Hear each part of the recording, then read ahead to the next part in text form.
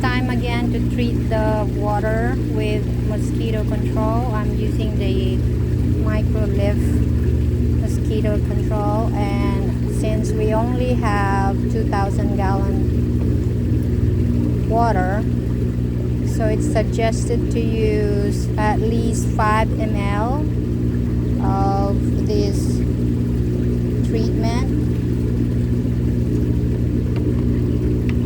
So it is for, if you have 2,000 gallon, it's every other week for 13 months. But I don't really do every other week. I usually do often, sometimes if the rain fill up my pond. So here's the 5 ml, very small, and then you can add it in the inner chamber or add it in the outer chamber. That is it. And also you can add it in your pond directly as well. It works really well for me.